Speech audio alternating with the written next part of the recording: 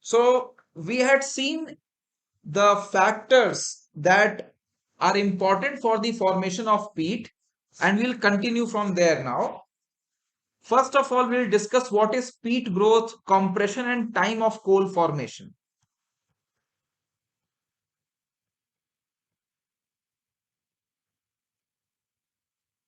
So after the formation of peat, now how the peat is formed? First of all, plant material, it gets buried in anoxic conditions, and of course the prerequisites are followed. After that, after a stipulated time, peat gets formed. After the peat is formed, there is the compression of peat. Compression of peat. And this compression of peat, it causes a loss in volume. Loss in volume. So this loss in volume from the peat stage through the brown coal stage to the bituminous coal stage is quite considerable. So what happens? The peat, due to compression, and what does this compression do? Loss of volume. So then it comes to the brown coal stage.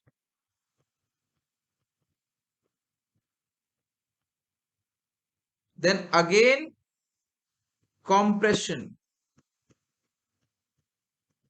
What will happen? Again loss of volume. And then it comes to the bituminous coal stage.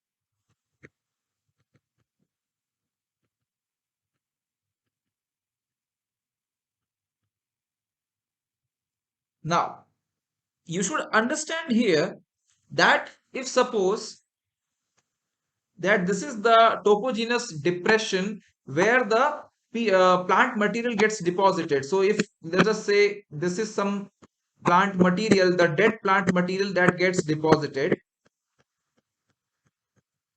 Now anoxia remains over there, and we get all sorts of conditions for the formation of the peat. Thereafter, a sediment layer gets deposited over here. So what this layer will do? This sediment layer, it will apply the pressure. It will compress it. It will press it. Okay. So this will cause the compression of the material, of the peat. So in the next stage, you may find that this whole volume has been reduced to this much only. And it is overlain by the previous layer of sediments followed by a new layer of sediment. Let us say now a new layer of sediment gets deposited. So what it will do? This new layer of sediment, it will again apply pressure over here, again apply force over here, the load. So more compression.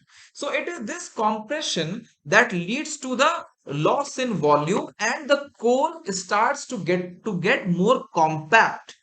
The peat is the loose material, followed by the lignite, which is the softer coal. Yeah, they are lesser compact, followed by bituminous, which are more compact. So now you have various stages: sub-bituminous, bituminous, various stages in bituminous coal as well. More compression under pressure and temperature than anthracite. So the anthracite is the, it is a very hard coal, most compressed, while the peat is the initial stage of the coal, which is most loose or less compact, least compact. Now, how much loss of volume or how much compression will happen, it will depend on the facies.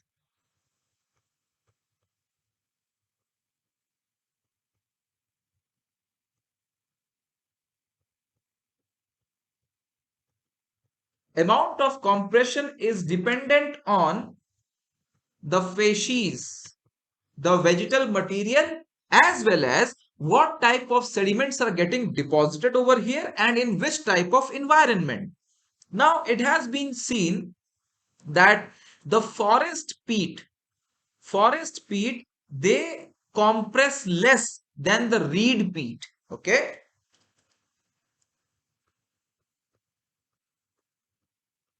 Forest peat, which has a large amount of woody or hard tissues, compact, harder material, it compresses less than reed peat, which is a soft type of peat, because they consist of abundant water.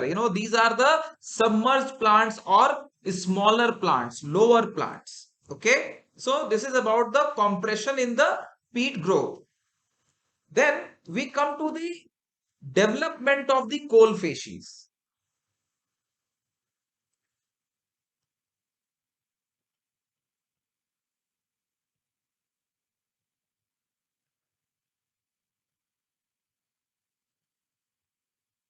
So how do we define the coal facies? What is coal facies? So coal facies is generally the primary genetic type of coals which are dependent on the conditions under which the peats originate. It's very important definition. How do we define coal facies? Coal facies, they are the primary genetic types of coal which are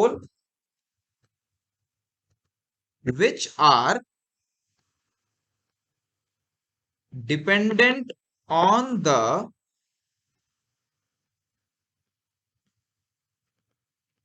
conditions of peat origin. Okay. So the facies of coal, what do they include? So the coal facies, they include macerals, MACERALS, macerals, and mineral contents of coal.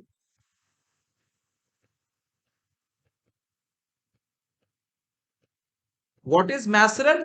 They are microscopic contents of coal. Say, for example, what are minerals? They are the microscopic, or they are constituents of rock. Similarly, macerals are microscopic constituents of coal. Then certain chemical properties which are independent of rank is very important. Chemical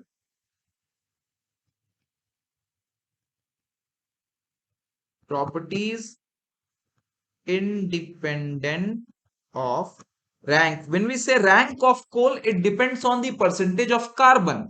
But the chemical properties like the sulfur content, nitrogen content. So example, sulfur, nitrogen content in the coal. These are independent of the coal rank. So they are more dependent on how and where did the peat originate. Okay. So the chemical properties independent of rank, they are part of the coal facies. Then hydrogen by carbon ratio of vitrinite. Vitrinite is a type of maceral which we'll see later in the classes about macerals. And the last one is the textural properties. Textural properties. So these are the four important characteristics which may be considered as the coal facies. Okay. So now when we are talking about the development of coal facies, we have to understand that what are the characteristics by which the coal seams are determined. Coal seams. Okay. So let me add a slide over here.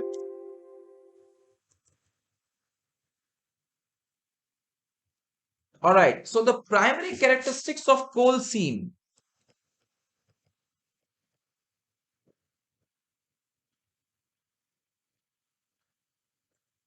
How are they determined? They are determined by, first one is type of deposition. How the vegetal material was deposited. So that on the basis of type of deposition, they are of two types. First one is the autochthonous.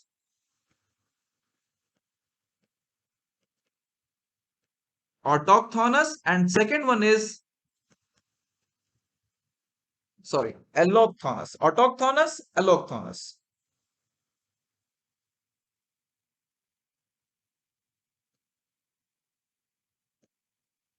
So here, autochthonous is the in situ deposition, means the plant material gets deposited where they were originally present, while in allochthonous, they get transported. So like the sedimentation, if you remember in your sedimentary classes, I had discussed about the autochthonous and allochthonous sedimentary deposition.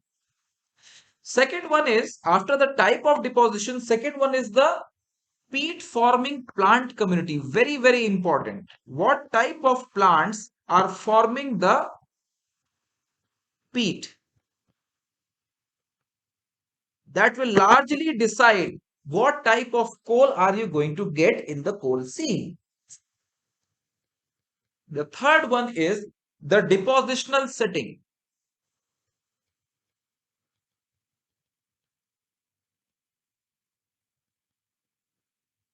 In the previous classes, I had discussed something about the paralic coal, limnic coal. Similarly, the coal seams, they will be dependent much on the uh, depositional setting. So are they telmatic,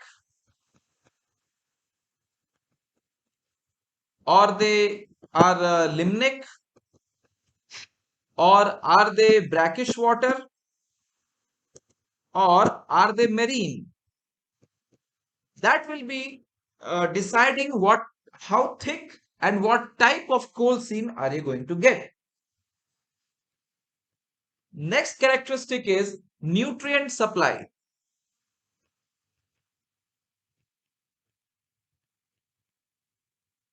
Are they eutrophic conditions, means highly fertile, nutrient rich, or are they oligotrophic conditions, nutrient poor? Then next factor is the pH value. So in the environment where they are getting deposited, what is the pH value? Then what is the bacterial activity? Is it intense bacterial activity or low bacterial activity? Then how much is the sulfur supply?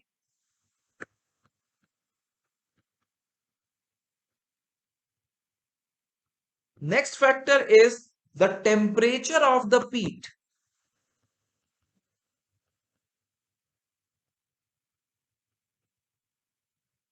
And the last one is the redox potential.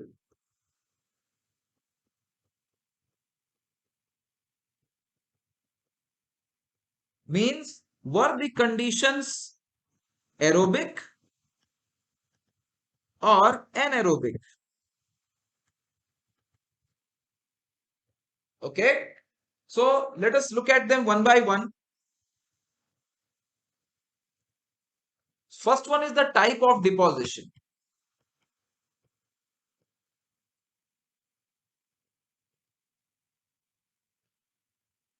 So as I told you that the type of deposition, first one is autochthonous.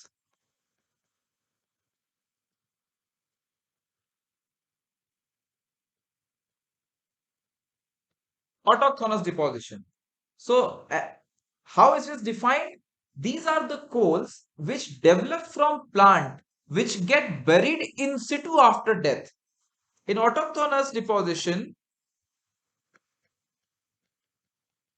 in situ burial of dead vegetal material.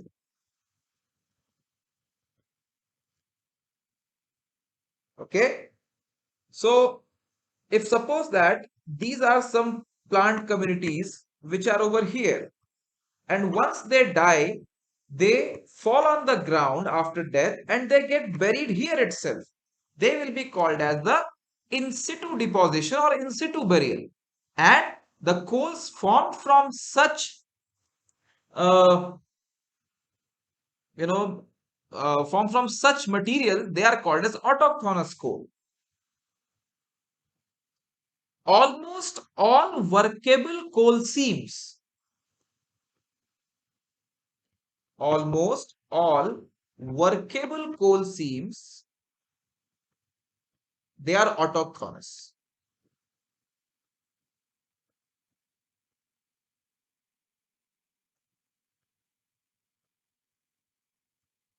They can be identified by the seat earth in the floor of the seam, stump horizons, or upright stems above the seam. So, I had shown you a picture of a thick stem in a coal seam. That was an autochthonous, where the tree was still standing and then it got buried as such due to the sediment overload.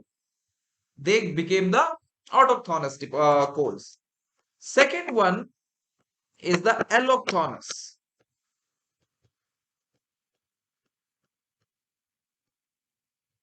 The allochthonous coals are formed from the plant that got transported to considerable distance from their original site.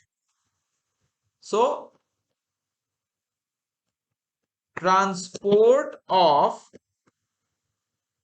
vegetal material before burial. Before burial. Okay. So, these are the coals that are formed from plants that got transported from their original. So, let us say that there was a tree over here, it fell down like this, but it did not get deposited or buried. It got transported, it got drifted, and then it got deposited at this location. So this is called as an allochthonous burial, allochthonous deposition, and such coals, they are also referred to as drift coals.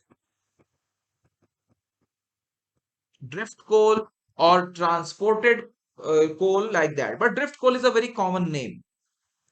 Now, one thing you should understand, that such a huge plant material, or let us say in this area, large amount of this plant material was there. They all got, they died and they fell over here.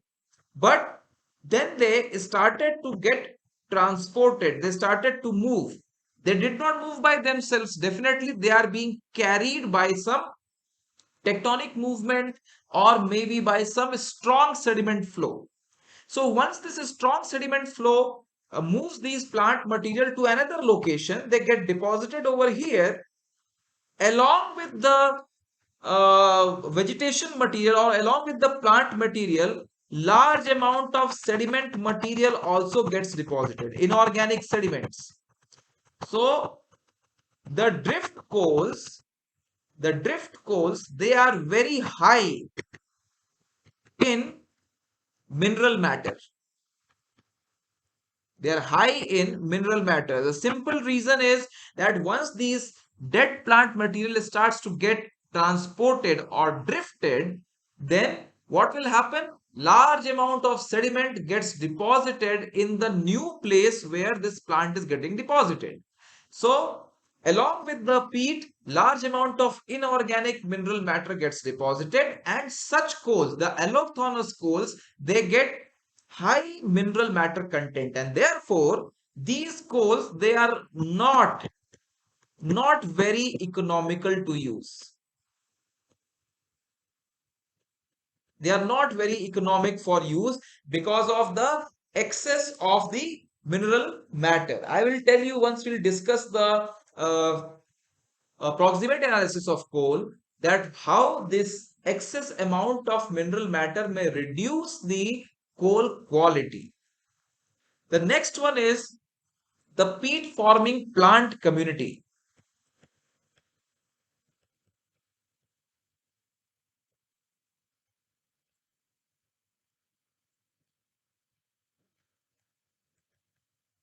Peat forming plant community.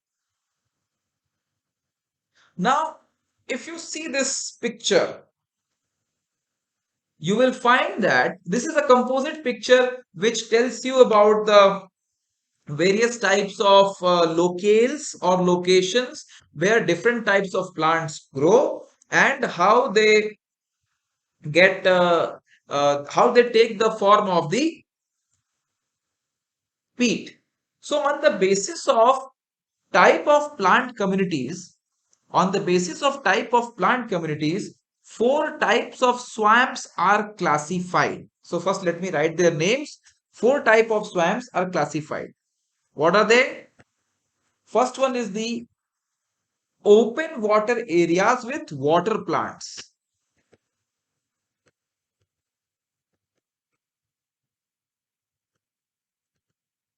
or we can say with partly submerged plants.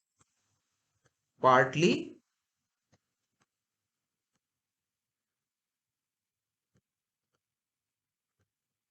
The second type is open reed swamp.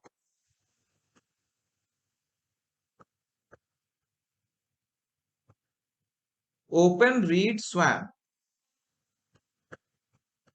The next one is forest swamp. And the fourth one is moss swamp. These are the four types of swamps depending on the type of plant communities. So the peat may be classified on the basis of type of plant material from which it was derived. On the basis of the vegetal origin, the types of peat. So sphagnum peat. Sphagnum is a type of moss. Sphagnum peat, which consists primarily of sphagnum with minor amount of vascular plant material. When we say vascular plant material, then it means that we are talking about those plants which have well developed xylem and phloem tissues in them. Second is the moss and moss sedge peat. These are now we are coming towards the more finer details of the plants. So moss and sedge peat which are derived from mosses. The reed and sedge peat which is derived from mixture of reeds, cattails and large sedges. Wood peat originate in the forested peatland, forest areas, and contains wood in the various stages of decay. When we talk about the forest, we understand that we are talking about trees. So these trees, they consist of the woody tissues and they have stronger stems and branches and other things. And the limnic peats they develop in lakes as the result of deposition of organic matter from or aquatic organisms. So if you see this diagram, moving from land area towards the open water, here you can see how in the deepest portion you have the calcareous mud, followed by the organic mud, followed by the fine detrital, then again organic mud, then coarse material, and then phragmites. So if you see over here, all these are all these here till the low water is there. This is the completely submerged plant. Completely submerged plant. So they are underwater itself. If you move now towards the shallower portion where the high water level is there, these are the partly submerged plants. Water lilies. So here you have the calcareous algae. Okay. You can see over here, this is calcareous algae. These are all pond weed. Then partly submerged plant. These are the water lilies. They also form the swamps. This reeds are also partly submerged. You can see over here. So such plants like reeds, like water lilies, they don't have this woody tissues in them, and they have partly or underdeveloped water vascular system because they're already in the water itself. Now, once you come to the sedges, these are smaller plants on the edge of the pond or the water area and also partly on the continental portion or land portion. So these are the sedges, smaller plants. You must have seen on the brink or on the periphery of any pond, you will always find some smaller soft plants growing. And then as you come over the land, you get the alder swamp or the forest peat over here because of the woody tissues, forest tissues. Okay. So these are the five different types of peats. They were given by Damon and French in 1987. So how are they decided? They are decided on the basis of which plants are forming the peat, because plants are having a fixed environment. You cannot find the calcareous submerged algae on the land, or you cannot find pond weed out of the water. So if pond weed is forming the peat, we will understand that they will be the softer plant, or they will be having only the softer tissues, not well developed tissues. But if sedges or the forest peat is formed, we'll understand that this peat was formed on the continental or the land portion. Okay, all right.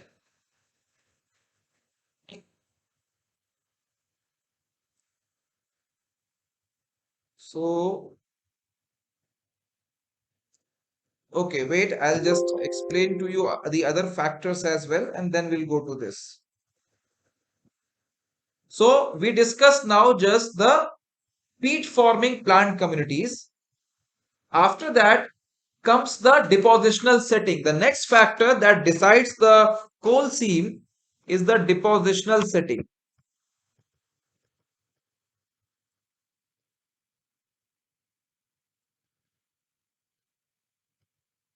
So, depositional setting, they are described as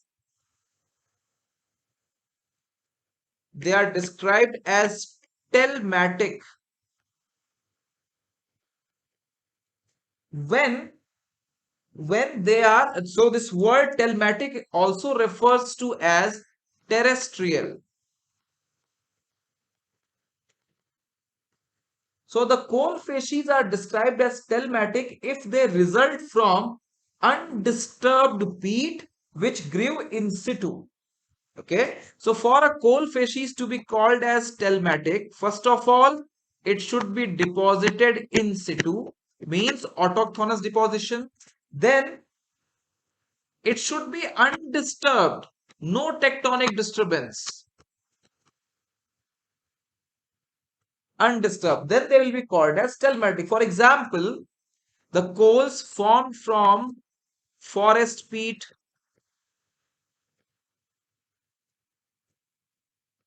reed peat,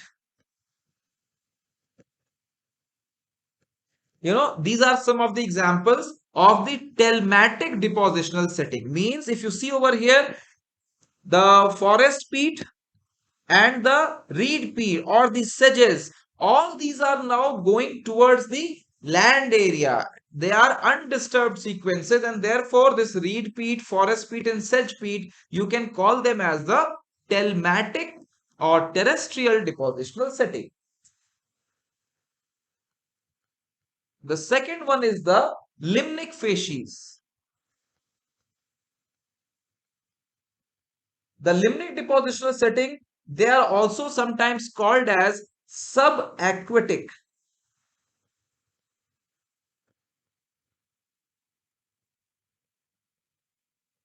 Subaquatic. So these are laid down in swamp lakes or ponds.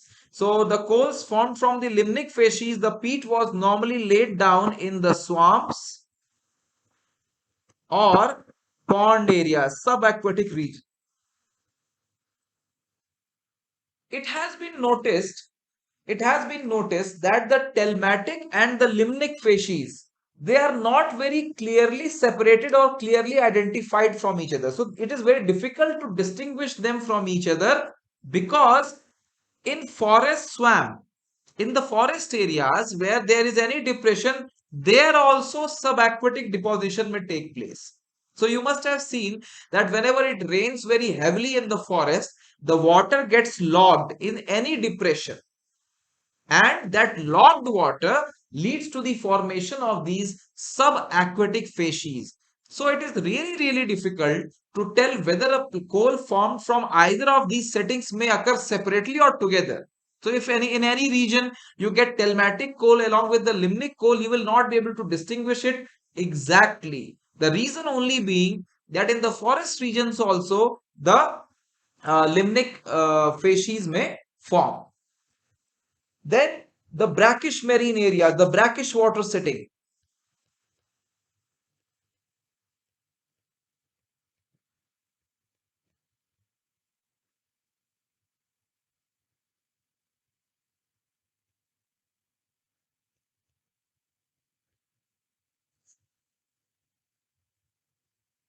So the coals deposited in the brackish marine setting, they are distinguished on the basis of various properties.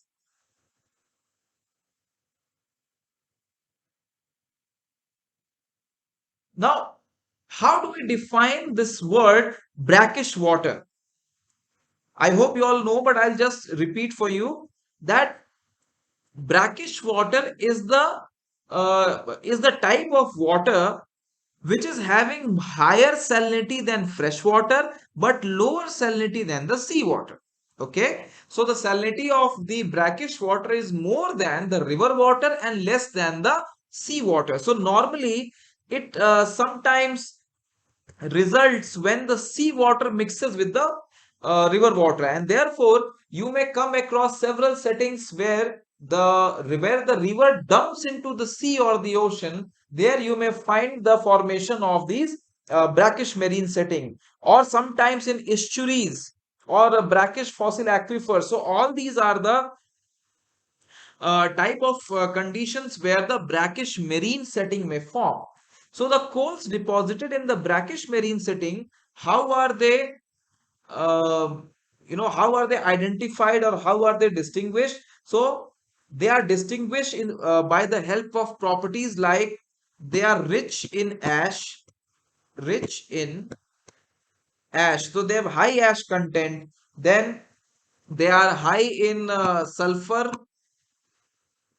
they are high in nitrogen. Why this happens?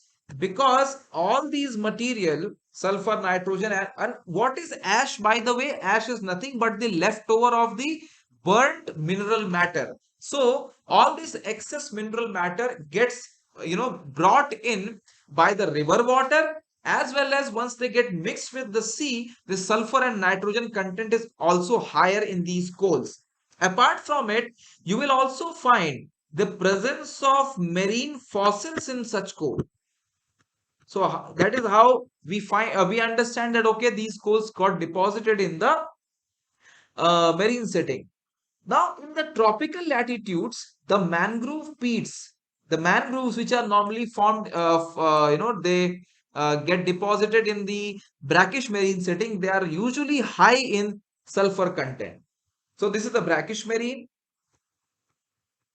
Next one is the marine coal or the marine influenced coal.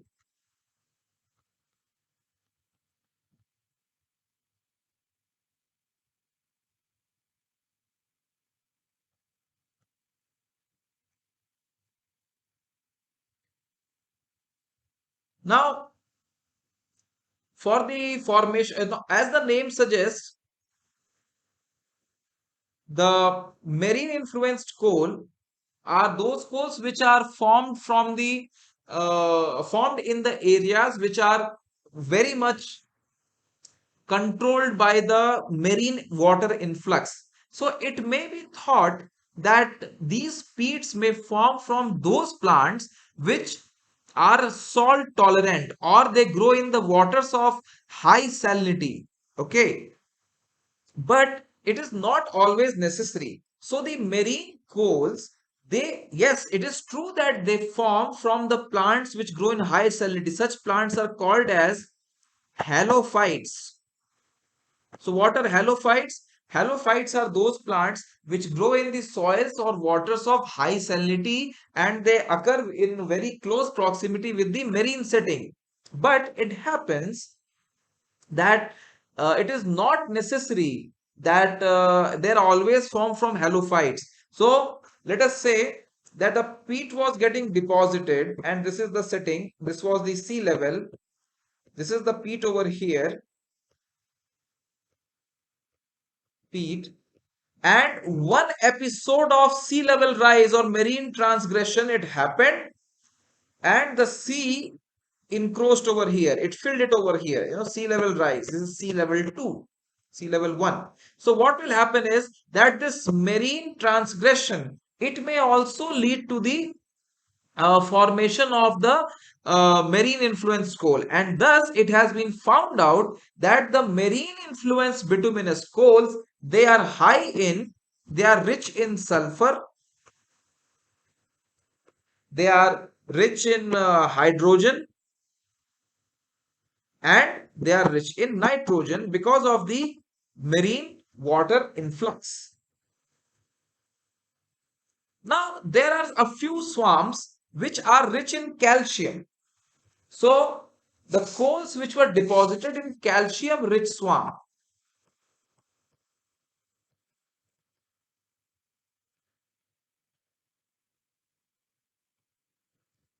the coals which got deposited in calcium rich swamp, they show similar properties to the marine coals. So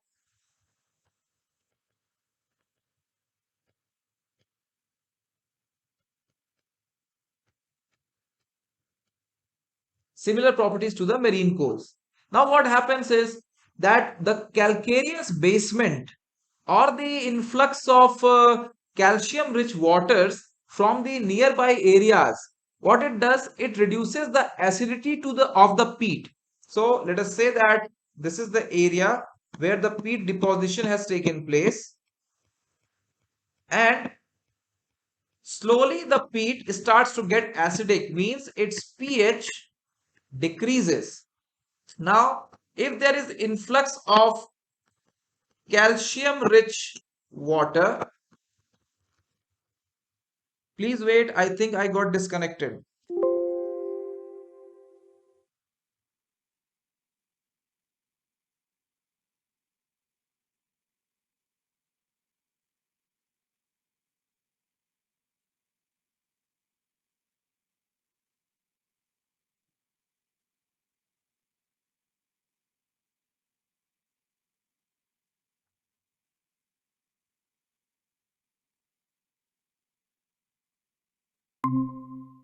Am I audible now? Yes, sir. Okay, let us go ahead. Mute yourself. So,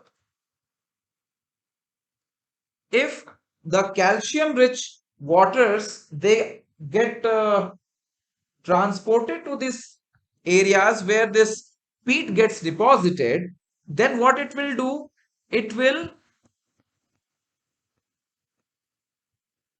increase the alkalinity or basicity. So it will reduce the acidity of the peat. So once the acidity of the peat is reduced, so increase of the basicity, reduction of acidity. So what happens as the acidity becomes lower, pH gets higher. So what it does, the reduction of acidity, it increases the bacterial activity, accelerates bacterial activity. So if the bacterial activity will accelerate, what will happen? The degradation of peat happens.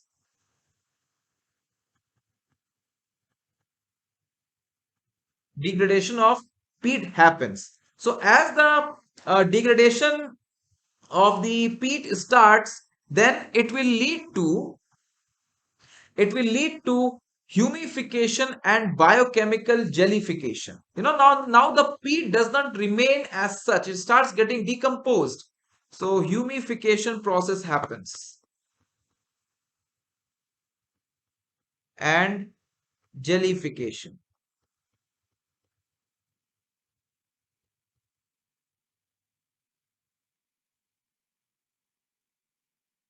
So what will happen? If it is a calcium rich swamp where the calcium rich water is coming from the nearby areas, or let us say the basement of that area is of calcium carbonate, calcareous basement, limestone is over there.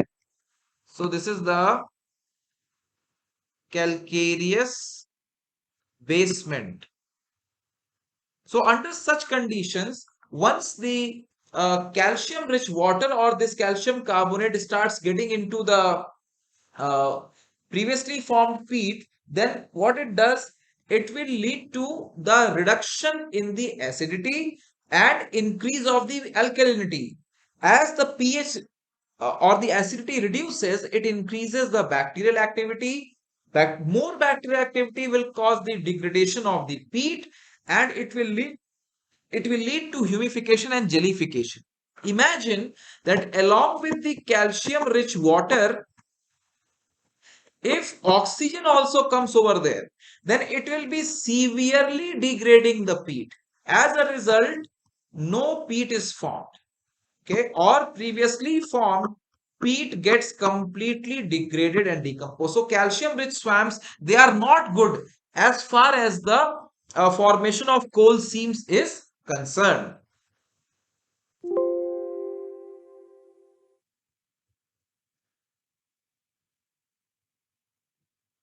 Next is the nutrient supply.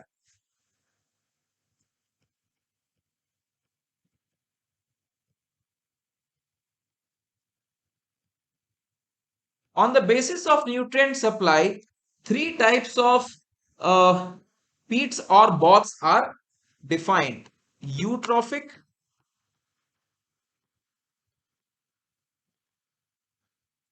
mesotrophic,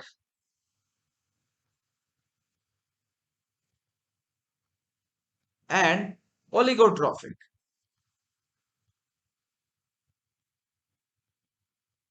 So, eutrophic, high nutrient levels; mesotrophic, small nutrient levels;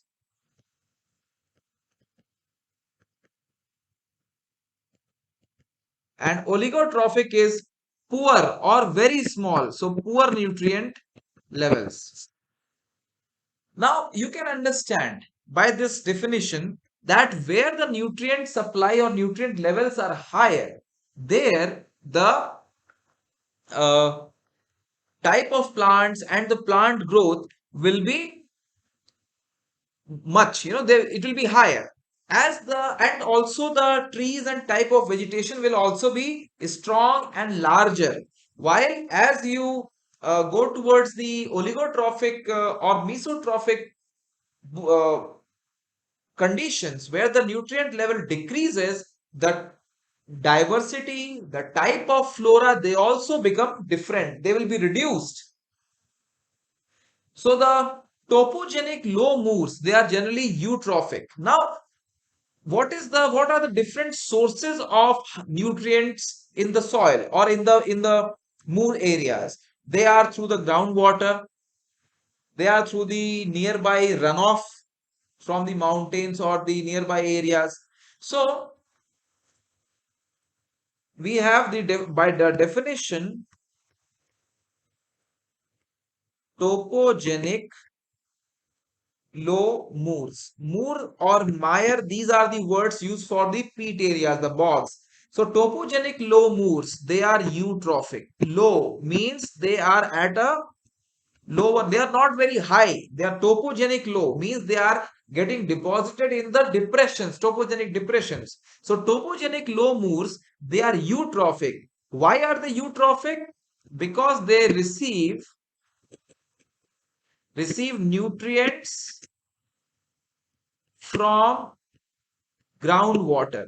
How? The groundwater, it dissolves the mineral content of the rocks from where it flows, and these mineral contents, they increase the fertility of the soil. So these areas, they which are getting deposited in low moors, they receive nutrients from groundwater. Now, if the moors are raised moors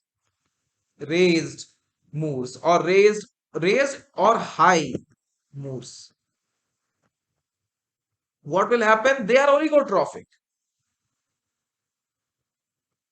They are oligotrophic. Why? Because they get their moisture and nutrient content this from the rainfall. So receive moisture from rainwater, which of course is poor in nutrients. So imagine that you have two conditions. One is this, and then other one is this. Okay. So this is a low moor, and this is a raised or high moor condition. So what will happen here? Here they get influence from the groundwater, while here they get moisture from the rainfall. So you can understand that the rainfall, which the atmospheric moisture which comes in, is poor in nutrients than the groundwater itself. So if it is asked why the topogenic low moors are eutrophic or high in nutrient levels, because they receive their moisture from the groundwater, which dissolves lot of minerals and nutrients, while the raised moors or high moors, they are oligotrophic because they receive the moisture from the rainwater. So as the name and the definition suggests, that the eutrophic swamp, they will be luxuriant in their vegetation. Wait.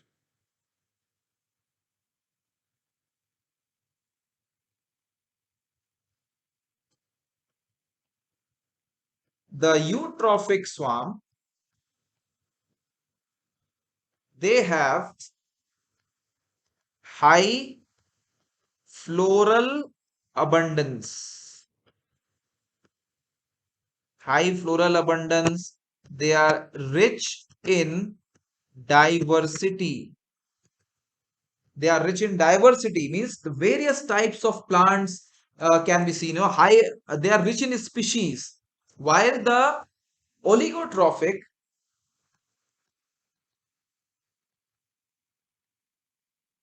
the oligotrophic swamp, they are poor in species,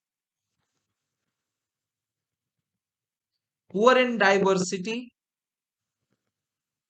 Then the eutrophic swamp, they have higher plants, higher plants like trees, while the oligotrophic swamps, they have herb plants, herbaceous. Why? Because they get less nutrients, and therefore the plants in the oligotrophic swamps, they are herbaceous and of lesser height, stunted growth, lesser height. This is how you can differentiate between the eutrophic and oligotrophic bogs. Now, when we are talking about the oligotrophic bogs, so eutrophic swamps or eutrophic bogs, they are rich in nutrients, while the oligotrophic ones are those which are poor in nutrients. But the oligotrophic bogs which are present in the tropical region, they may show the growth of the forest. They may, even though it is poor in nutrient, still they may show forest growth. Of course, it will be poor in diversity. So poor in species, while the oligotrophic bogs of temperate regions, cold regions, they will not have forest growth. Rather, they will be having the growth of mosses. So you can see here that the latitudinal variation in the climate will also affect the type of flora, even though the flora is having a different type of nutrient condition in them. Okay. So most of the bituminous coal seams, they got deposited in eutrophic swamp, in which abundant nutrients for peat forming vegetation were present, and they were they were transported by the rivers or lakes or the sea. So eutrophic swamps, it has the most bituminous coal seams formation,